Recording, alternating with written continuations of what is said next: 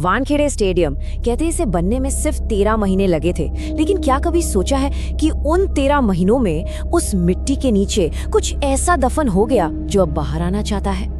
दिन में तो ये जगह फैंस के शोर और चौके छक्कों की गूंज से आबाद रहती है, राइट? लेकिन जरा सोचिए, जब रात के 2 बजते हैं, फ्लड लाइट्स बुझ जाती हैं और चारों तरफ एक अजीब सा जमा देने वाला सन्नाटा छा जाता है, तब वहां एक बिल्कुल ही अलग खेल शुरू होता है। आज के इस इन्वेस्टिगेशन में हम एक ऐसी खौफनाक और अनसुलझी केस फाइल खोलने जा रहे हैं जो ना सिर्फ सच्चाई और अंधविश्वास की लाइन को धुंधला कर देती है, बल्कि आपको अंदर तक डरा देगी। ये कोई आम भूतिया कहानी नहीं है, ये सबूतों, गवाहियों और रहस्यमय तरीके से गायब हुए लोगों की एक पक्की रिपोर्ट है, जिसे हम जानते हैं the shadow player of Wankhede के नाम से। अब इस केस की शुरुआत सिर्फ कुछ उड़ती उड़ती अफवाहों से नहीं हुई। जरा एक विदेशी क्रिकेटर के इस स्टेटमेंट पर गौर कीजिए, जिसने भरे स्टेडियम में कुछ ऐसा देखा जिसने उसकी रूह कंपा दी। उसने कहा था, बाउंड्री के पास कोई खड़ा था, मैंने उसे बिल्कुल साफ देखा था। अब आप खुद सोचिए, जब बीच मैच में हजारों कैमरों की चकाचौंध के बीच ऐसे बयान आने लगे तो इसे सिर्फ एक वहम कहकर टालना थोड़ा मुश्किल हो जाता है ना। आखिर वो इंसान या जो भी वो था, वो वहां कर क्या रहा था? तो चलिए इसकी गहराइयों में उतरते हैं और घटनाओं के इस खौफनाक सिलसिले को समझते हैं। ये सब शुरू कैसे हुआ? सबसे पहले रात 2 बजे की एक बहुत ही अजीब घटना, फिर ठीक 3 दिन बाद एक लाइव आईपीएल मैच में करोड़ों लोगों के सामने दिखी एक अनोमली, और आखिर में टीम के बॉलिंग कोच का एक ऐसा आमना सामना जिसने उन्हें रातों रात देश छोड़ने पर मजबूर कर दिया। ये कोई रैंडम घटनाएं नहीं है, ये एक बहुत ही भयानक पैटर्न है जो लगातार तेज हो रहा था। इस पैटर्न की पहली कड़ी सीधे जुड़ती है कैमरा नंबर 14 से। यही वो कैमरा था जिसने सबसे पहले उस अनजानी परछाई को पकड़ा था। सिक्योरिटी गार्ड महेश के दर्ज किए गए इंटरव्यू को अगर हम देखें तो रात के करीब 2 बज रहे थे। महेश अपनी कुर्सी पर था, तभी अचानक सीसीटीवी ऑपरेटर दानिश की घबराई हुई आवाज गूंजी। दानिश बस स्क्रीन को घूरे जा रहा था और जैसे ही महेश ने मॉनिटर की तरफ देखा, उसके पैरों तले जमीन खिसक गई। पिच के बिल्कुल बीचों बीच सफेद क्रिकेट यूनिफॉर्म पहने, हाथ में बल्ला लिए एक आदमी सिर झुकाए खड़ा था। जब उन्होंने कैमरे को जूम करने की कोशिश की, फीड ब्लर होने लगी, जैसे सिग्नल टूट रहा हो। और सबसे डरावनी बात, उस आदमी का कोई चेहरा नहीं था, बस एक घनी काली परछाई। अब मैनेजमेंट शायद इसे टेक्निकल ग्लिच कह देता, लेकिन इन्वेस्टिगेशन टिप्स में दानिश का एक बयान बहुत ही अहम है। उसने कहा था, सर, ग्लिच में पैरों के निशान नहीं बनते, और वो बिल्कुल सही था। जब महेश और दानिश हिम्मत करके दौड़ते हुए पिच पर पहुंचे तो वहां कोई इंसान नहीं था, लेकिन पिच के पास की मिट्टी में स्पाइक्स वाले जूतों के बिल्कुल ताजे निशान छपे हुए थे। और सबसे चौंकाने वाली बात जानते हैं क्या थी? वो पैरों के निशान बाउंड्री की तरफ जा रहे थे और फिर अचानक से गायब हो गए, लिटरली जैसे वो इंसान हवा में पिघल गया हो।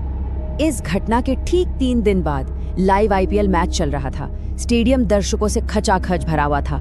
मैच के आखिरी ओवर्स का रोमांच था और तभी कंट्रोल रूम में जैसे दहशत फैल गई। जायंट स्क्रीन पर एक 12वां खिलाड़ी नजर आ रहा था, बाउंड्री लाइन के बिल्कुल पास, वही सफेद यूनिफॉर्म, वही झुका हुआ सिर। शुरू में सबको लगा चलो कोई सब्स्टिट्यूट होगा, लेकिन जब फील्ड पर गिनती की गई तो वहां पहले से ही 11 खिलाड़ी मौजूद थे। जैसे ही ब्रॉडकास्ट डायरेक्टर ने उस 12वें खिलाड़ी पर कैमरा जूम करवाया, स्क्रीन अचानक से ब्लिंक हुई और वो आदमी सबके सामने से गायब हो गया। और यहीं से ना इस केस में पर्दा डालने का खेल शुरू होता है। डायरेक्टर ने घबराकर तुरंत रिप्ले मांगा, लेकिन फुटेज पूरी तरह से करप्ट हो चुकी थी।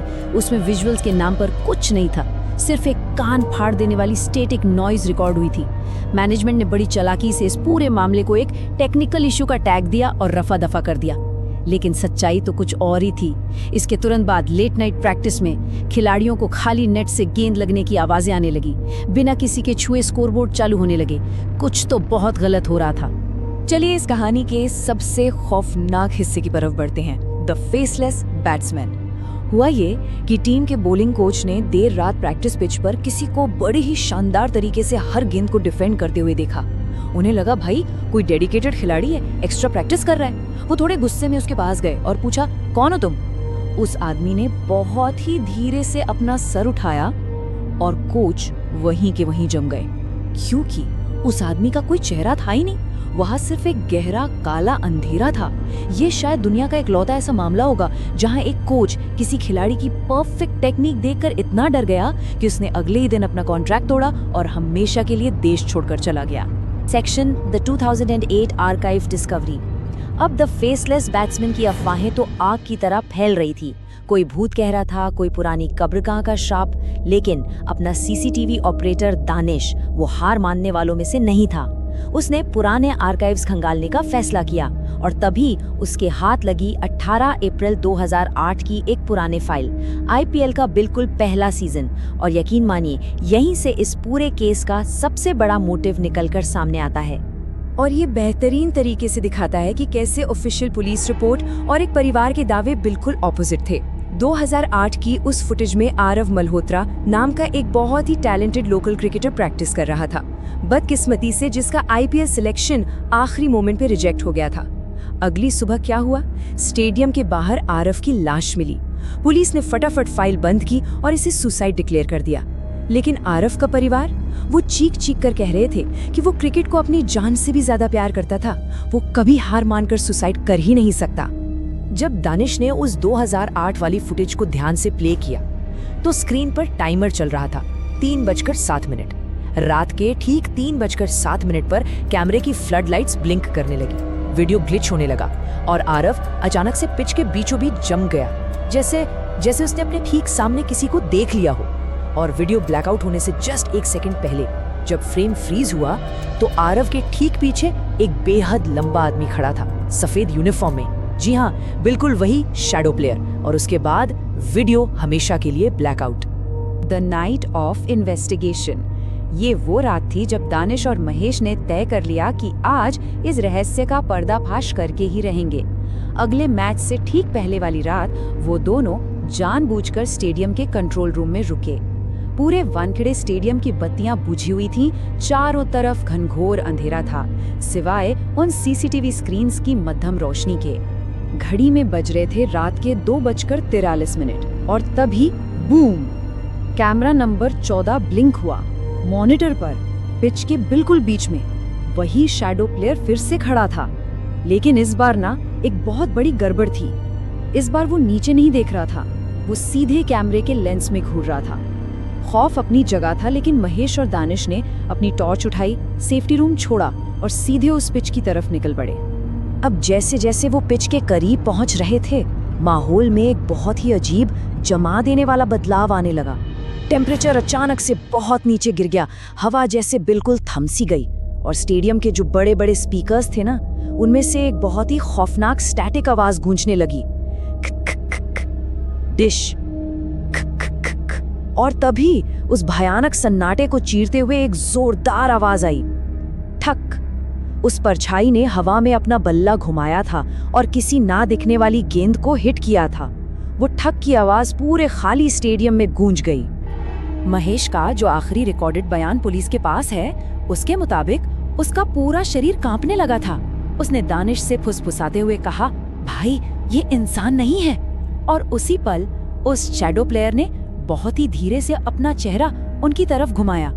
इस बार वहां कोई काला अंधेरा नहीं था, वो चेहरा आरव का था, लेकिन उसकी आंखें पूरी तरह से काली पड़ चुकी थीं और उसके मुंह से लगातार खून टपक रहा था। ये भयानक नजारा देखकर दानिश के मुंह से एक जोर की चीख निकल गई।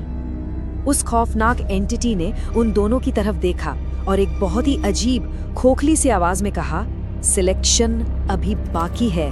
ये शब्द हवा में गूंज ही रहे थे कि अचानक धड़ाम, स्टेडियम की सारी विशाल फ्लड लाइट्स एक साथ पूरी ताकत से ऑन हो गई। वो सफेद रोशनी इतनी तेज थी कि महेश और दानिश पूरी तरह से ब्लाइंड हो गए। और कुछ सेकंड्स बाद जब रोशनी के कम होने पर उन्होंने अपनी आंखें खोली तो पिच बिल्कुल खाली थी, दूर दूर तक किसी का नामो निशान नहीं था। तो यहाँ सबसे अहम बात यह है कि अगली सुबह जो फिजिकल एविडेंस मिले ना, वो किसी भी इन्वेस्टिगेटर की नींद उड़ाने के लिए काफी थे। उस रात के बाद से दानिश रहस्यमय तरीके से हमेशा के लिए गायब हो गया। सीसीटीवी रूम में सिर्फ उसका फोन पड़ा मिला। पिच के पास मिट्टी में जूतों के ताजे निशान थे और सबसे डरावना सबूत, पिच पर एक असली क्रिकेट बैट पड़ा था जिस पर खून लगा था और उस पर बड़े बड़े अक्षरों में खुदा हुआ था, Aarav. A case left open. Mysteriously deleted footage and frightened night staff. इस पूरी घटना के बाद महेश ने अपनी नौकरी से इस्तीफा दे दिया। उसने मीडिया को सच बताने की बहुत कोशिश की, लेकिन मैनेजमेंट ने इसे महज एक अफवाह कहकर पूरी तरह खारिज कर दिया। वो सारी सीसीटीवी फुटेज रहस्यमयी तरीके से सर्वर से ही गायब कर दी गई और पुलिस ने बिना किसी सबूत के ये केस हमेशा के लिए बंद कर दिया। लेकिन ग्राउंड रियलिटी ये है कि वानखेड़े की ये फाइल आज भी खुली है।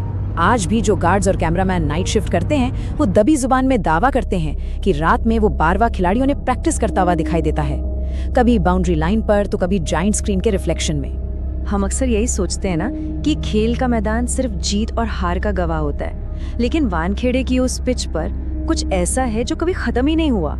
अगर वो शैडो प्लेयर, वो आरव, रात 3:07 के बाद आज भी अपने उस आखिरी सिलेक्शन का इंतजार कर रहा है, तो सबसे बड़ा और खौफनाक सवाल ये है कि अगले मैच में उसके साथ खेलने के लिए किसे ड्राफ्ट किया जाएगा। क्या ये सिर्फ हमारे दिमाग का कोई वहम है या कोई ऐसी अधूरे महत्वाकांक्षा जो मौत के बाद भी इस पिच को छोड़ने के लिए तैयार नहीं है? इस इन्वेस्टिगेशन में आज के लिए बस इतना ही। सुरक्षित रहिए और हाँ, अगर कभी किसी खाली पिच से रात के अंधेरे में बैट के टकराने की आवाज आए तो समझदारी इसी में है कि पीछे मुड़कर बिल्कुल ना देखा जाए।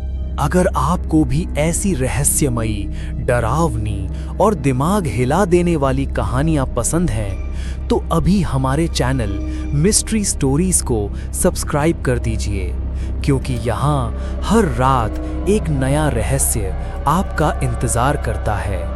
और याद रखिए, कुछ कहानियां सिर्फ कहानियां नहीं होती, कुछ सच भी होती हैं। सब्सक्राइब नाउ और बन जाइए मिस्ट्री स्टोरीज परिवार का हिस्सा।